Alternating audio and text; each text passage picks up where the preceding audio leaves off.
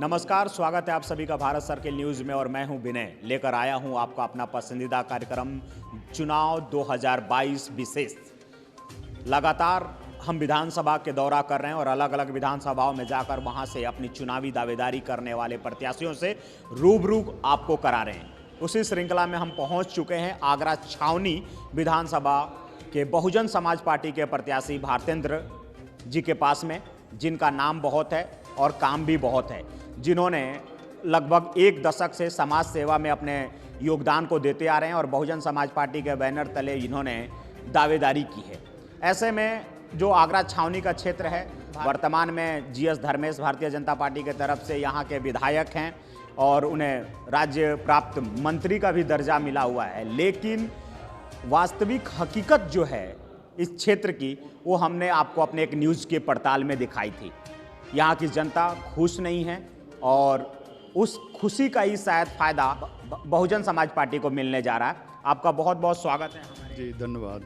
क्या लग रहा है, कैसा चुनाव चल रहा है और क्या माहौल है, आप क्या समझते हैं? चुनाव बहुत अच्छा चल रहा है। हम लोगों को जनता का भरपूर समर्थन मिल रहा है, लोगों का प्यार मिल रहा है, लोगों का सहयोग मिल रहा है और निश्चित ही हम इस बार छावनी विधानसभा से बहुजन समाज पार्टी के रूप में बहन कुमारी मायावती जी की झोली में इस सीट को डालने का कार्य करेंगे। और ऐसा लग रहा है कि ये चुनाव बहुत अच्छा हो रहा है और काफ़ी फैक्टर हैं जो हमारे पक्ष में हैं। जैसा आपने भी देखा होगा, मैं भी देख रहा हूँ, भाजपा का ये गढ़ माना जाता है भारतेंद्र जी। उसमें भाजपा के वोटरों को अपनी तरफ आकर्षित करना एक अपने आप में बहुत बड़ी चुनौती है, लेकिन बहुत सारी कमियां हैं जो आपको कहीं ना कहीं उसके लिए पॉजिटिव बना रही हैं। क्या तैयारी चल रही है, कैसे आप अन्य समाज के बीच में जा रहे हैं? सर्वप्रथम तो मेरे लिए प्लस पॉइंट ये है कि मुझे बहुजन समाज पार्टी की राष्ट्रीय अध्यक्षा परम आदरणीय बहन कुमारी मायावती जी ने विगत 26 जुलाई को अपना आशीर्वाद दे करके मुझे यहाँ कैंट विधानसभा से प्रत्याशी बना दिया और मुझसे कह दिया कि अब मैं तुम्हें संगठन के पद से हटा रही हूँ और तुम अपना विधानसभा क्षेत्र में जाकर के अपने काम में लगो। तो मैंने उस 27 जुलाई से और इसी विधानसभा क्षेत्र में, क्योंकि मैं रहने वाला यहीं का हूँ और इस विधानसभा में मैंने काम करना शुरू कर दिया, लोगों से जनसंपर्क शुरू कर दिया, लोगों के सुख दुख में आना शुरू कर दिया, लोगों के हर सुख दुख में मैं रहा तो लोगों ने मुझे भरपूर समर्थन दिया। तो मैंने अब तक लगभग 95% विधानसभा डोर टू डोर जा कर के, गली मोहल्लों में जा कर के घूम ली है और लोग मुझे ये पहचानते हैं कि बीएसपी के प्रत्याशी डॉक्टर भारतेंद्र अरुण हैं। और जो जनता की शिकायत रहती है कि चुनाव चल रहा है लेकिन प्रत्याशी हमें नज़र नहीं आया कि कौन प्रत्याशी है बीएसपी का, वो जनता की शिकायत मैंने दूर कर दी है। जनता अब ये कभी नहीं कह पाएगी कि हमने बहुजन समाज पार्टी का प्रत्याशी क्षेत्र में नहीं देखा है। तो एक चीज़ मैं जानना चाहूँगा भारतेंद्र जी, जीएस धर्मेश के कार्यकाल को कैसे देखते हैं? वो मंत्री भी रहे हैं और आपके क्षेत्र में प्रबल दावेदारी भी करते हैं भारतीय जनता पार्टी से। उनका कार्यकाल आपके दृष्टिकोण में कैसा रहा, क्या देख रहे हैं उनके द्वारा किए गए कार्यों की समीक्षा में? डॉक्टर जीएस धर्मेश राज्य मंत्री हैं, उत्तर प्रदेश सरकार के, वर्तमान में विधायक भी हैं। मेरे लिए उनका कार्यकाल बहुत अच्छा रहा है। मेरे लिए कार्यकाल इसलिए अच्छा रहा है कि वो क्षेत्र में जो जन समस्याएँ हैं उनको लेकर के कभी क्षेत्र में गए नहीं, कभी क्षेत्र की जनता के साथ रूबरू नहीं हुए। तमाम मोहल्ले ऐसे हैं जहां उनका बैनर पोस्टर लगा करके विरोध किया जा रहा है कि यहाँ पर भारतीय जनता पार्टी के प्रत्याशी का आना मना है। और कई क्षेत्रों में, जैसे मैं 3 दिन पहले अयोध्या कुंज में मीटिंग ले रहा था, पास में ही नगला गोपीचंद है, वहाँ वो गए तो वहाँ लोगों ने उन्हें घुसने नहीं दिया। उनके साथ काफ़ी मैंने सुना है बदसलूकी लोगों ने करी। और इसी तरह आज मैं ताजगंज में घूम रहा था तो ताजगंज के जो बाज़ार है, दलिहाई बाज़ार है, वहाँ पर मैं जब घूम रहा था तो लोगों ने मेरा बहुत स्वागत किया और उन्होंने मुझे बताया कि यहाँ पर भारतीय जनता पार्टी के प्रत्याशी जीएस धर्मेश आए तो हमने उनका विरोध किया, उनको यहाँ से हमने क्षेत्र में घुसने नहीं दिया।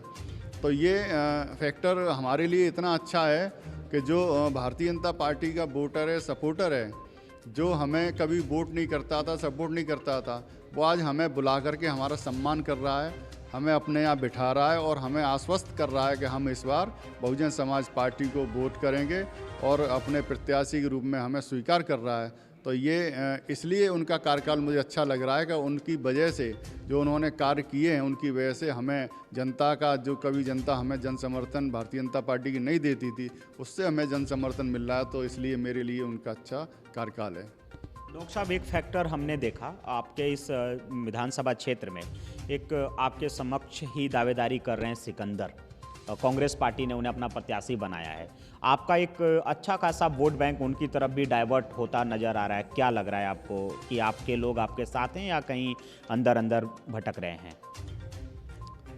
सिकंदर वाल्मीकि जो कांग्रेस के प्रत्याशी हैं वो कहीं नज़र नहीं आ रहे हैं।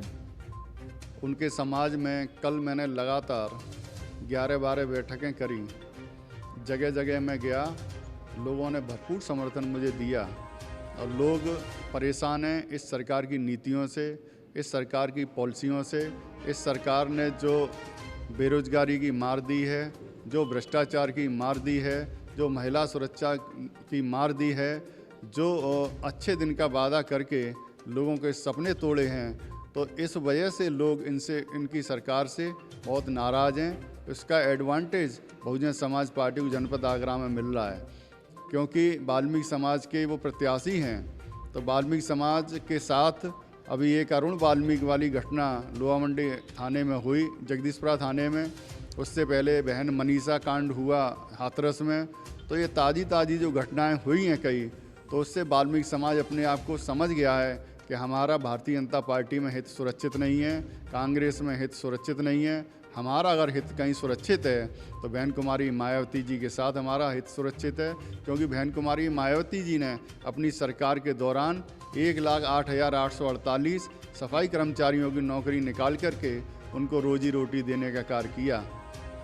तमाम हमारे जो लोग एम्प्लॉई हैं, जो जिला पंचायत में एम्प्लॉई हैं, जब हम गली गली में घूम रहे हैं तो हमसे लोग कह रहे हैं कि हमें बहन कुमारी मायावती जी ने रोजी रोटी दी है और हम अपने समाज का पूरा एक एक वोट बहुजन समाज पार्टी के पक्ष में देने का कार्य करेंगे। तो ऐसा लग रहा है हमें कि वाल्मीकि समाज का भी भरपूर समर्थन हम लोगों को मिल रहा है और वो लोग समझ गए हैं, क्योंकि उनके पास इसके अलावा और कोई रास्ता भी नहीं है और पूरा समर्थन हम लोगों को दे रहे हैं। डॉक्टर साहब, एक सवाल और मैं जानना चाहूँगा कि अगर आपको छावनी विधानसभा की जनता विधायक का सरताज पहनाती है, तो आप 5 कोई योजना बताइए जो बहुत प्राथमिकता से लागू करना चाहेंगे और क्षेत्रीय जनता को अपने विधायक बनने के बाद उपहार के रूप में देना चाहते हैं। 5 प्राथमिकताएं हमारी ये हैं कि हमारे क्षेत्र में सबसे पहली देवरी रोड पर जल भराव की समस्या है। जो भारतीय जनता पार्टी के विधायक हैं, राज्य मंत्री हैं, उन्होंने यहाँ पर नाले का निर्माण नहीं होने दिया। कमीशन की वजह से नाला, जहाँ ग्रामीण विधानसभा जहाँ तक लगती है वहाँ तक तो नाले का निर्माण हो गया, लेकिन जहाँ से कैंट विधानसभा कोटली बगीचे शुरुआत होती है वहाँ से आज तक नाले का निर्माण शुरू नहीं हुआ है। प्राथमिकता पे हमारे ये रहेगा कि हम पहले इस नाले का निर्माण पूरा कराएं, जिससे हमारे क्षेत्र की जो जल भराव की समस्या है उसको हम पहले सॉर्ट आउट कराएंगे, जिससे लोगों को इससे निजात मिले। क्योंकि 3-3 फुट पानी भर जाता है हमारे रोड पर। जब बारिश हो जाती तो लोग सोचने के लिए मजबूर हो जाते हैं कि शादी में जाएँ कि नहीं जाएँ, या मार्केट जाएँ कि नहीं जाएँ।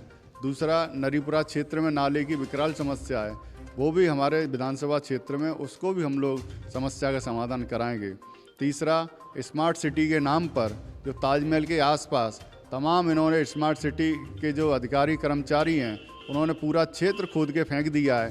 आज मैं गलियों में घूम रहा था, लोगों में स्मार्ट सिटी के अधिकारियों के प्रति इतना रोष था और वो रोष बढ़ चढ़ करके बोल रहा है। लोग उनकी शिकायत करने के लिए और जगह जगह घूम रहे हैं, लोग कंप्लेंट लिख रहे हैं, उन पर सिग्नेचर करा रहे हैं।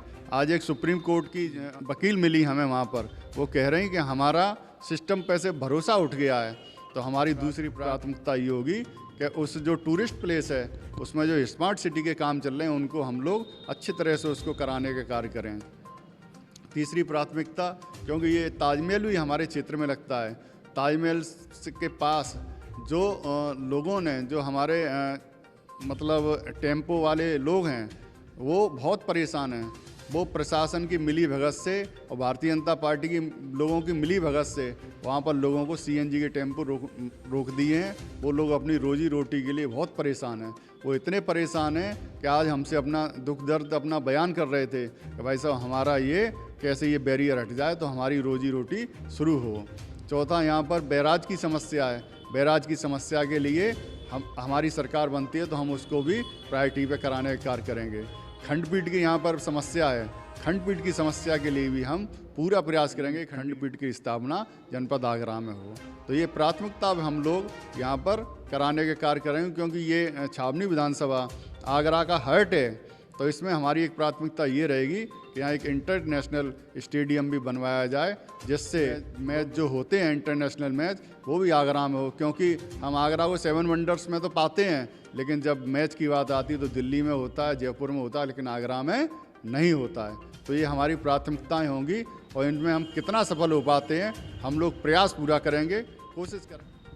बहुत अच्छा आपने अपना प्रस्ताव रखा और अपनी योजनाओं के बारे में बताया। अब एक चीज़ और, फाइनली आप कैसे अपील करना चाहेंगे छावनी यानी कैंट के मतदाताओं से कि वो अधिक से अधिक मतदान करें, वो आपके पक्ष में मतदान करें? आपने अपनी योजनाएं गिनाई, ये संभवतः ऐसी योजनाएं अभी तक मैंने बहुत सारे प्रत्याशियों का इंटरव्यू किया, उनका नहीं था जो आपने कहा है।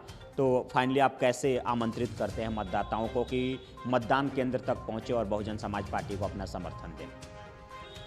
मैं छावनी विधानसभा की जनता से ये अपील और आग्रह करना चाहूँगा कि अभी इस बार जब चुनाव हो रहा है तो आपने इस सरकार को देखा, इस सरकार की कानून व्यवस्था को देखा, आपने चिकित्सा और शिक्षा के इनकी व्यवस्था को देखा। चिकित्सा में ये फेल हो गई, जब कोविड चला तो यहाँ पर इन पे ऑक्सीजन की किल्लत की वजह से तमाम हमारे घर परिवार उजड़ गए और दवाइयों की वजह से लोग परेशान रहे। और महिला सुरक्षा के नाम पर ये सरकार बिल्कुल फेल हो गई है। तो इस सरकार के नुमाइंदे गली गली में घूमेंगे और फिर हमारी जनता को झांसा देने का कार्य करेंगे, बरगलाने का कार्य करेंगे और लोगों को अच्छे दिन का हो सकता है सपना पुनः दिखाने का प्रयास करें।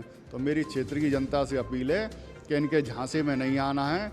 अगर ये ऐसे झांसेबाज लोग आपके क्षेत्र में आए तो इनसे जो इन्होंने वादे 2017 में किए थे उन वादों के बारे में पूछ लेना, तब इनसे कहना कि अब पहले आप उनको पूरा करो, उसके बाद में हम सोचेंगे। तो मेरी अपील है कि ऐसे लोगों से सावधान रह कर के बहुजन समाज पार्टी के प्रत्याशी के पक्ष में ज़्यादा से ज़्यादा संख्या में मतदान करके अपने क्षेत्र के विकास के लिए अपने सेवक डॉक्टर भारतेंद्र अरुण को चुनकर भेजेंगे तो मुझे जनता की सेवा करने का अवसर मिलेगा। तो मैं जनता की सेवा हर सुख दुख में रह कर के उनकी सेवा करूंगा। धन्यवाद। डॉक्टर भारतेंद्र अरुण एक पुराना नाम और बहुजन समाज पार्टी का सबसे भरोसेमंद चेहरा, जिनसे हमारी विशेष प्रस्तुति में खास मुलाकात देख रहे थे।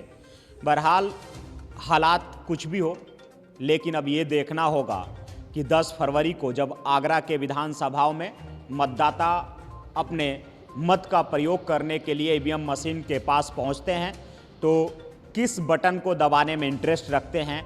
हाथी की सवारी करेंगे या कमल के सुगंध का आनंद लेना चाहेंगे या साइकिल के लेकर बचपन की पुरानी यादों को ताज़ा करना चाहेंगे? इस विशेष प्रस्तुति में इतना ही। गौरव के साथ विनय सिंह, भारत सर्किल न्यूज, आगरा।